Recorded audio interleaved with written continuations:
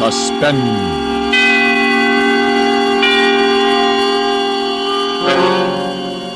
Tonight, Roma Wines bring you the distinguished actor, Mr. George Coulouris, as star in The Last Detail, a suspense play produced, edited, and directed by William Spear. Suspense. Something escapes me. One small detail in all the incredible events of these last weeks. And without it, the pattern is incomplete. I think I dream about it. Yes, I'm sure I do. But I've lost the ability to reconstruct my dreams. I wake up with only a fragment, a ridiculous shred of my unconscious mind. I dream that in my laboratory, standing before a rather large cage. An assistant is beside me. What are you doing, Professor? Oh, hello, Pete.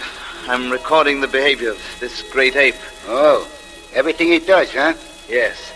And at times I almost believe he's able to reason, but of course that's impossible. This the one you call Carr? He calls himself Carlotti. And look, now he's pretending that he's the scientist. Why, he's taking notes on me.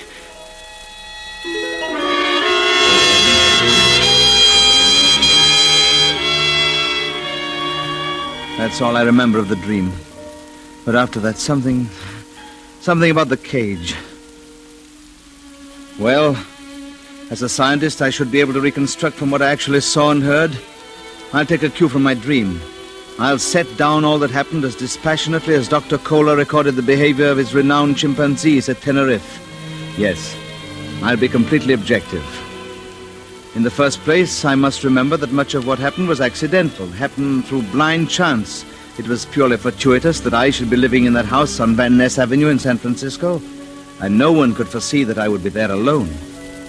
I was sitting in my study working on a paper for the university, a paper on an instinctual behavior of the spider crab, when the doorbell rang. As I say, I was alone, as I'd been ever since Janet went away. So I opened the door myself. Yes? We're taking a census. A census? Yeah, it's about housing. Special survey. What's your name? Huh? Oh, Leland Jennings Moffat, Ph.D. Leland Moffat. Occupation? Professor of Comparative Psychology, Golden Gate University. Professor... Professors do. How many people in this house? I'm the only resident. Only one, huh? No wife? No, my wife has been away for about 6 months. Roomers? Boarders? No one. I live alone. Yeah, old house, ain't it? Yes, I'm told that it was built before the fire. Yeah, looks it. Well, okay. Thanks, Professor. Thanks very much.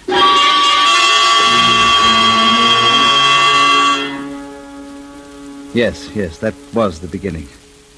A week later, I got the letter. Dear Professor Moffat, I'm only an amateur in your field, comparative psychology, but I've made a discovery in my private laboratory which I want you, a foremost authority, to check for me. If you find my observations have been correct, I'd also like you to take full credit for the discovery, since I dislike publicity. To avoid premature and adverse notice, please tell no one about this, but phone me collect for information. Anthony Carlotti, Carlotti Realty, Los Angeles. Well, Janet would have been wary of such a letter, but I suppose the one weakness of a higher intelligence is that it's slow to simple animal suspicion. Well, in any case, I phoned Mr. Carlotti at once. His secretary told me that if I caught the morning plane, Mr. Carlotti would meet me at the airport in Los Angeles. Pardon me, you Professor Moffat? Eh? Oh, yes, Mr. Carlotti? No, I'm just one of the boys. I was sent to pick you up. Oh, thank you very much. You work for Mr. Carlotti? I guess you'd call it that. This bag yours? Yes. I got a car right over there. Let's make it snappy. Fine. I wonder, have I met you somewhere before, Mr... Just call me Pete. You might have. I've been here and there. Well, I don't suppose it's likely, but you look very familiar. Familiar mugs like mine, Professor. Here. You ride in the back. Very well. Oh, my, this is luxury. For the boss, nothing but the best. All set? Yes, all set. Tell me, do we have far to go? Huh? Oh, no, not far. boss is in Bel Air. Bel Air, he lives there? Sure. Some layout he's got. Quite a change for you, Professor. What? Oh, yeah. Well, you're one of the census takers. You were at my house last week. Look, Professor, I made a slip. Forget it, will you? Why should I forget it? It's the boss. I wouldn't want the boss to know, you see? Oh, you were trying another job, is that it? Yeah, something like that. I was trying another job.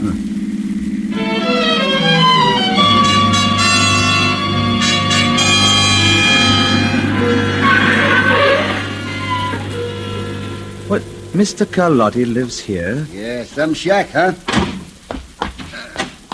Slip me that bag, Professor, and I'll take you to meet the boss. Yes, thank you. Well, is his laboratory here in the house? His which? Well, his laboratory, where he conducts his experiments. Oh, no, he doesn't do an experiment here. Come on. Some layout, huh? Swimming pool, all them flowers. Yes, in the house. They must have 20 or more rooms. Oh, closer to 30, I bet. After you, Professor. Oh, thank you. Oh, you nosy. Where's Papa? He's waiting for you, inside. Oh, this way, Professor. He calls this the study. Hey, boss. Close the door, Pete. As you leave. Sure, boss. This is the professor, Professor Moffat.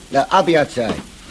So, Professor Moffat, well, come in, sit down. You have no idea how happy this makes me. Oh, thank you, Mr. Carlotti. I'm glad to be here. You touched on my one weakness. I bet I did. Yes, when you said on the phone you have something on conditioned reflexes, well, that's rather my specialty. It's my hobby. Your hobby? Oh, you're too modest, Professor.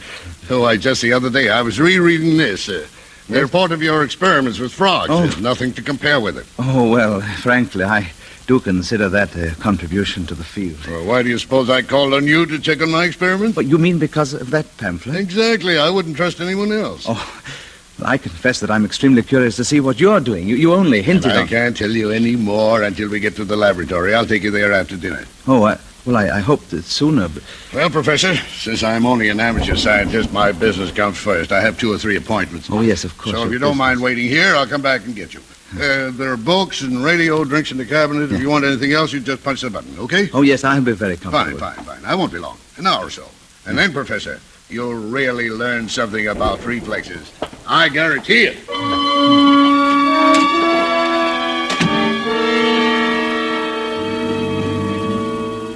Yeah, he went out.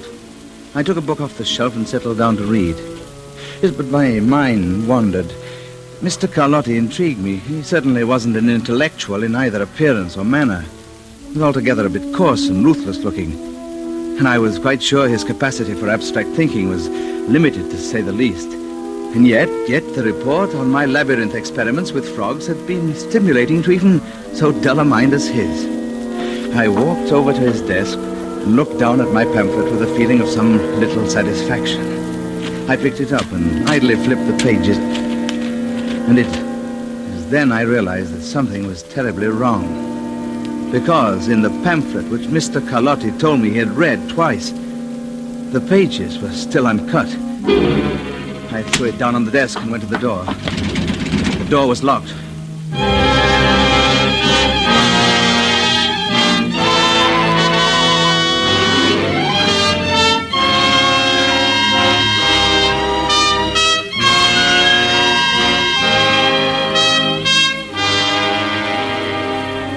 For Suspense, Roma Wines are bringing you a star, Mr. George Coulouris, in The Last Detail, by Eleanor Beeson and Harriet Krause, which is Roma Wines' presentation tonight of Suspense.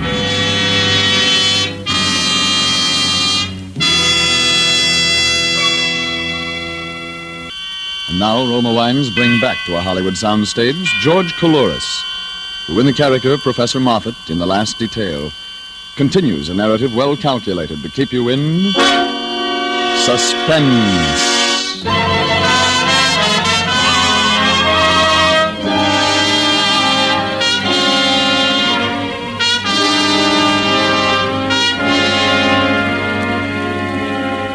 I regret to say it, but when I found that door locked, I actually lost my temper.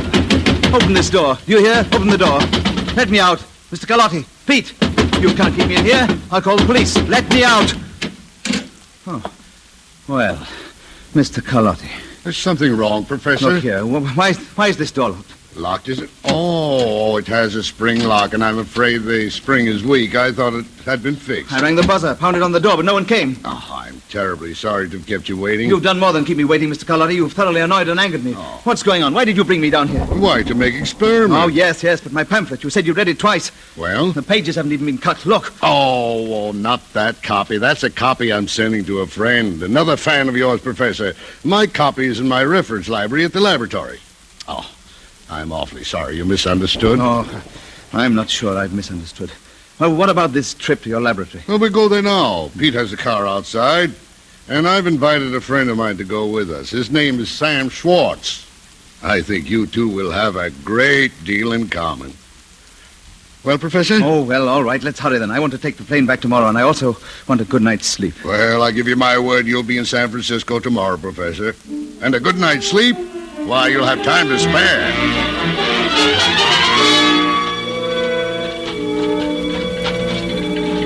I see Pete knows you're in a hurry. He's got the motor started. Here, you're riding back with me, Professor. This is Sam Schwartz, the friend I told you about. Oh, how do you do, Mr. Schwartz? Hello, sucker. That's right. Professor, climb in. I forgot to say that Sam tries to be funny. Well, we're ready, Pete. Let's roll. Okay, boys. And, the boy up there with Pete is Nosy. I don't think you know him, Professor. Why, I believe I've seen him somewhere. What's the matter, Sam? Cat got your tongue? Why don't you make yama-yama with the Professor? Ah, nuts. Sam isn't feeling too well tonight, Professor. I feel as good as you're going to, Carlotti. You see, Professor, Sam is from San Francisco, too, but he isn't as optimistic as you are about my experiments. Is that so? You came down too, Mr. Schwartz? Can it, you old goat? I came down here because I was tricked. Shut up, Sam. Yes, I was tricked. You conned me all along, Carlotti. You got me on the griddle. My boys will give you a payoff. I said shut up. They'll get you for this, Carlotti. Shut up, boy. Shut up. Okay, Look, Mr. it's okay, Pete. Sam's all right. He just wants to brag about his punks and how they're going to get Carlotti. He's loyal to the home team. Mr. Carlotti, Yes. What's wrong? I want to know what's going on. There's some mistake. Oh, no mistake, Professor. Well, what has all this got to do with your experiments, with your laboratory? Professor, wait and see. No, I insist there's some mistake. I don't think I belong here. Don't belong here. Pete, Nosy, listen to the Professor. Why, you're absolutely essential, Professor. You're going to be the star in this production.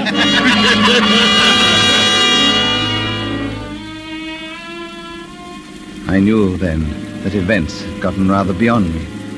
So I sat back and began to think, to sort out the facts of my situation in order to be able to deal with them rationally, scientifically. Nosy, the other man with Pete, I knew now was the second census taker. And it was apparent to me that I was part of some plan of Carlotti's, that Carlotti was, after all, what he appeared to be, a ruthless, stupid man. Well, at any rate, I would be able to outthink him. The car swung off the highway and pulled up in front of a closed gate over which there was a sign that said rear entrance. A man in a guard's uniform opened the gate, and as our car went through, Carlotti leaned out and said, "Nice going, Mike." The headlights were switched off. There were no other lights on the narrow drive inside, but on each side of the car I could see huge open stalls filled with all sorts of furniture, fireplaces, pieces of scenery, theatrical props. Then suddenly we were passing through what looked like a city street, and I knew where we were. Why, this is a motion picture lot. Elementary, my dear Professor. Paratone pictures. Yes, I've never been to one before. It's very interesting. Oh, you're going to find it very interesting. Yes, I gather that. Now tell me, Carlotti, who is going to be killed tonight? Huh? Wise the guy up, Carlotti. Shut up, Sam. Will it be me or Mr. Schwartz or both of us? What makes you think there's going to be a killer? Oh, come now. I've been on alert, I admit it, but I certainly can recognize an objective situation when I have to. Well, you won't be bumped off, not tonight. But my friend Sammy here... Why don't you just drill me? What's all the trimmings? You know how I like things, Sam, a little gaudy. Oh, and I am the trimmings, is that it? You, Professor, are the works, because you're going to kill Sam. Oh, nonsense. Well, you won't really pull the trigger, but you'll look the part. What on earth are you talking? Now, see now, Professor? Now on the right, another street. Now, do you know this city? What? Why, it's San Francisco. Yeah, Van Ness Avenue, in fact. What? Why, yeah, this is my block. There's the house. Why, it's astonishing. Fantastic. A movie set. Really gives you a thrill, doesn't it? Oh, my goodness. What a passion Hollywood must have for detail. Yeah, they really do it right, don't they? This is San Francisco now. They got another set off before the fire. Yes. I remember. I read about it. Yeah, the Collin's been telling all about it. That's how I knew. Okay, Nosy. Pete, outside. You too, Pete. Boy. Come on. Okay. Cover our friends as we go out. Professor, Sammy, go on. What are you going to do? It won't take long, Sam. Just pile out. Yes, Mr. Schwartz. Come on. Yes. That's my house. Every detail. Paint flaking off. A bit shabby looking. Yeah. You'll be able to tell your friends you were in movies, Professor. They'll never believe you. Oh, I see your plan now, Carlotti. You're going to photograph me shooting Mr. Schwartz. Isn't that the idea? On the steps of my house. Who tipped you off? Oh, really? I'm a psychologist. It's relatively simple for me to follow your mental processes. Oh, it's simple, is it? Pete, get Sam up there. About the third step and watch him. Okay, come on, punk. My boys will figure this one, Get Kalani. going, Sam. Get going. Break it up. Get a gun. Then get you, tell you. So it's simple, Professor, eh? Well, now that you know how I'm doing it, how do you like it? Oh, it's a colorful plan, unique, but it won't work. Oh, you think not, eh? No, to be blunt, you haven't the mind to carry it through. You've bitten off more than you can chew, Carlotti. You haven't the higher intelligence necessary for so much detail. Look, you'll be laughing out of the other side of your mouth tomorrow, so I'll let it pass. Very well. Now, you take this gun, Professor. It ain't loaded. I'll get up there by the front door. And when I tell you to, point the gun at Sam like you mean it.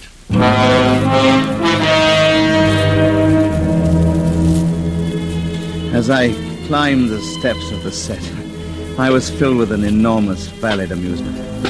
Carlotti's plan was so ornate, so melodramatic. I could picture his self-satisfaction when he first thought of it, the immature pleasure he'd derived from working out the details.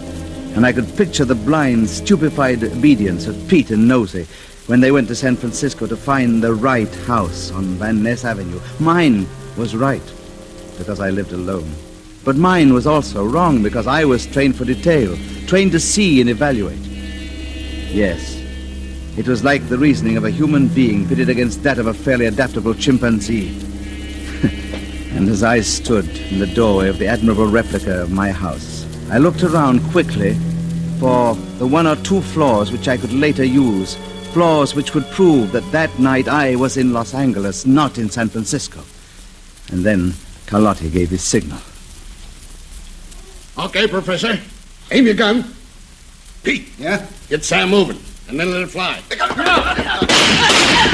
Perfect. What a shot, and what a picture. Is he dead, Pete? Get us some mackerel. You did good, too, Professor. In that picture, it'll look like the real thing. Yeah, thank you, Carlotti. I enjoyed it.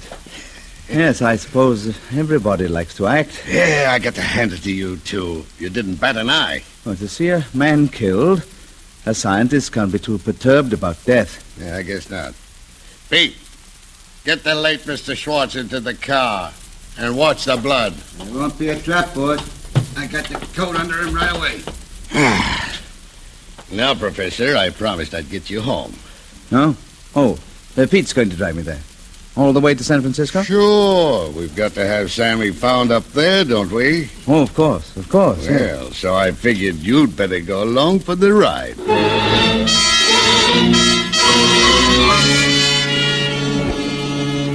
It was a strange trip. I sat in the back with my feet on Mr. Schwartz. Nosy sat beside me and covered me with his gun.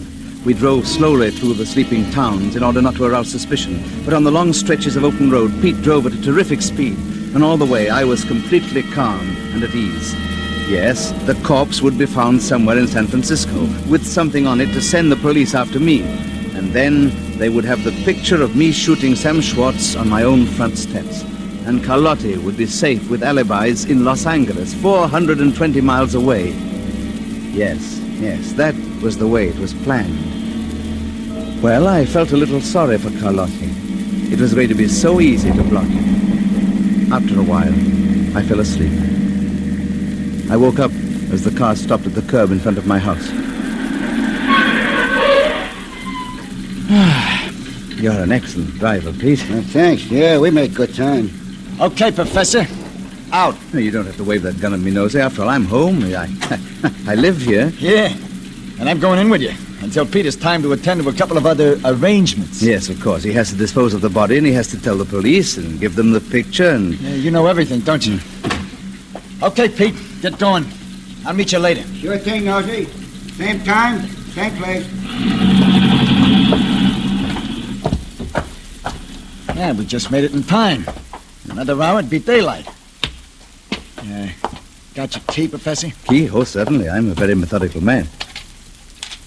Yes, that movie set is a clever copy. Very clever. Yeah. Everything just the same as here. Oh, no. There are one or two minor differences, thank goodness. What do you mean by that? Come in, Nosey. Well, the doorbell was quite different. It was like the old one I had replaced last year. I didn't see that. Another thing, Nosey, the porch light wasn't there. What porch light? Well, my landlord put one in for me because I'm rather short-sighted and often stumble going down the steps. And a house in L.A. didn't have that? Did you see one there? Well, no, I thought not, and it won't be in the picture. Well, maybe the picture doesn't show that part of the house. Oh, I think Carlotti got it all in. Carlotti's plan doesn't look so good now, does it, Nosey? The boss said to bring you here and stay here till I hear the cops coming. And that's what I'm going to do, and that's all. Even now that you know Carlotti's plan won't work? I don't know nothing about that. The boss has made all right so far, and he... Uh-oh, listen. The cops. Yes, that would be the police. Pete worked very fast. Where was he dumping the body, Nosey? You'll find out, Professor. I'm leaving. But if you try to leave the front way, I'll plug you.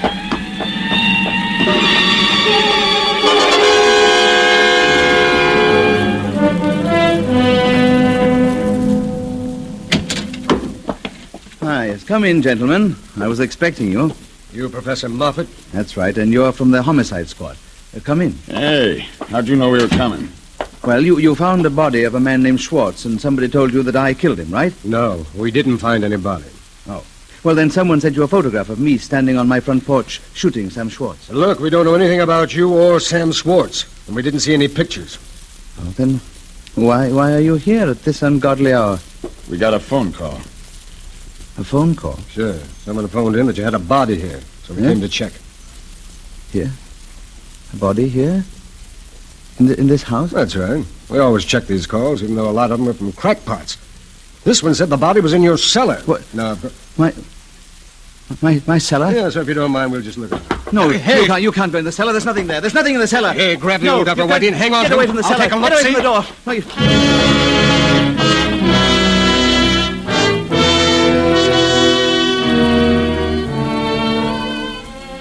Then I knew it was no use.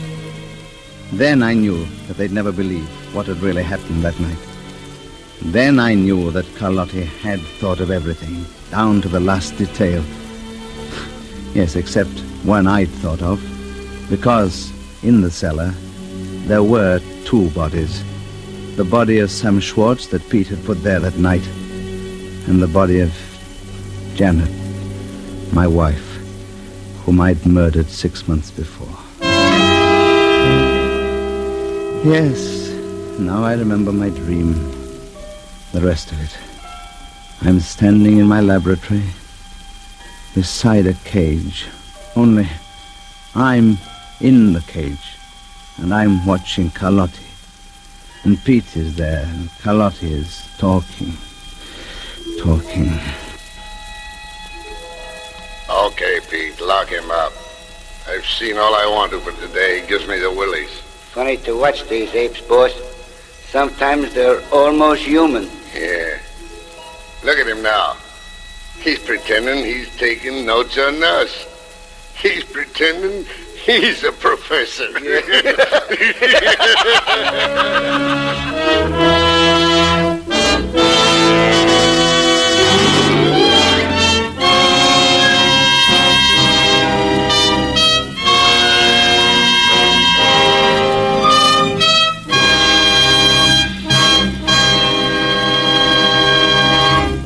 And so closes the last detail, in which Roma Wines have brought you George Coulouris, as star of tonight's study in Suspense. This is George Coulouris with a word from our government. Large numbers of troops are being redeployed from Europe to the Pacific, many by way of the United States. They will have, and their friends and relatives may learn, facts about their weapons, tactics, training, and future assignments which would be of immense value to the Japanese enemy. There may be a tendency to relax our caution about such war information now that Nazi Germany has been defeated. But the fact is that never before in this war has secrecy been so important. Don't talk. Keep the Japs in the dark. Thank you. George Coulouris appeared through the courtesy of Warner Brothers, producers of Rhapsody in Blue. Next Thursday, you will hear Mr. J. Carroll Nash as star of Suspense.